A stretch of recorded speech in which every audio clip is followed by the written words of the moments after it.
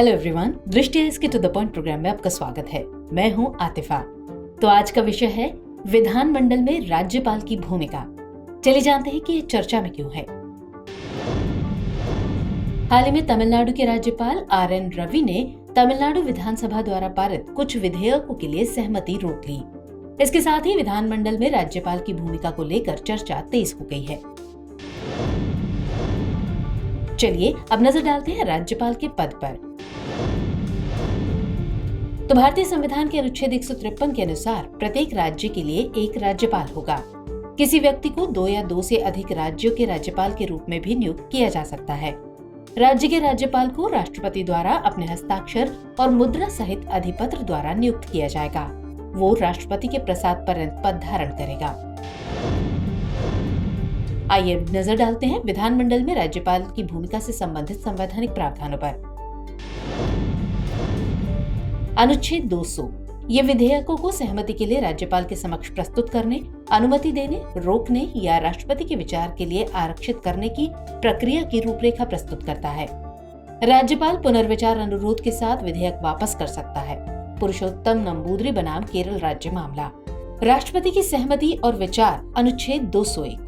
तो अनुच्छेद 201 विचार के लिए आरक्षित विधेयकों पर सहमति देने या अनुमति रोकने के राष्ट्रपति के अधिकार को रेखांकित करता है। राष्ट्रपति राज्यपाल को विधेयकों को पुनर्विचार के लिए राज्य विधानमंडल को लौटाने का निर्देश दे सकता है। राज्यपाल एक विवेकाधीन प्राधिकारी। शमशेर सिंह मामला राष्ट्रपति के विचार के लिए विधेयकों को आरक्षित करने में राज्यपाल के विवेकाधीन अधिकार को प्रदर्शित करता है। आइए अब नजर डालते हैं न्यायिक व्याख्या पर। नबाम रेबिया और बमांग फेलिक्स मामला।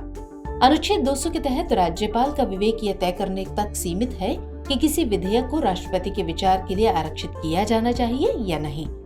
वहीं अनुच्छेद 163(2) को अनुच्छेद 63(1) के संयोजन में पढ़ा जाता है, जिसका तात्पर्य न्यायिक समीक्षा के अधीन राज्यपाल के लिए सीमित स्वायत्तता है। सहमति को अनिश्चित काल तक रोकना असंवैधानिक माना जाएगा। न्यायिक समीक्षा और राज्यपाल के कार्य। सहमति को रोकने में राज्यपाल की कार्रवाई या निष्क्रियता न्यायिक समीक्षा के अधीन है। चलिए अब नजर डालते हैं विभिन्न समितियों एवं आयोगों की सिफारिशों पर। तो पहला है पुंछी आयोग की सिफारिशें। अनुच्छेद 200 के तहत राज्यपाल के निर्णय के लिए समय सीमा निर्धारित करने की सिफारिश की गई है। NCRWC का समय सीमा प्रस्ताव। संविधान के कामकाज की समीक्षा करने के लिए राष्ट्रीय आयोग यानी NCRWC ने 4 महीने की समय सीमा का प्रस्ताव रखा। इसके तहत एक निर्णायक अवधि की वकालत की गई, जिसके भीतर राज्यपाल को राष्ट्रपति के विचार के लिए सहमति या आरक्षण पर निर्णय लेना चाहिए। अगला है सरकारिया आयोग 1987। राज्यपाल का विवेक मुख्य रूप से असंवैधानिकता के दुर्लभ मामलों में राष्ट्रपति के लिए विधेयक आरक्षित करने तक सीमित है। राज्यपाल ने असाधारण मामलों को छोड़कर अनुच्छेद 200 के तहत मंत्री स्तरीय मार्गदर्शन का पालन करने की सलाह दी। आरक्षित विधेयकों के निपटान के लिए राष्ट्रपति के लिए 6 महीने की सीमा की सिफारिश की गई।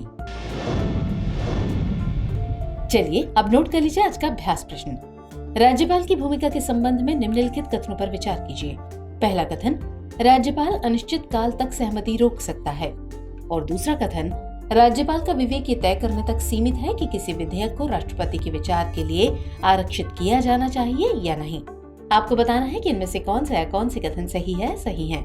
ऑप्शन है A केवल 1, B केवल 2, C 1 और 2 दोनों, या फिर D ना तो 1 और ना ही 2। तो सवाल का जवाब कमेंट सेक्शन में जरूर दीजिएगा। मुलाकात होगी अगले एपिसोड में किसी और खास विषय के साथ। तब तक के लिए जय हिंद।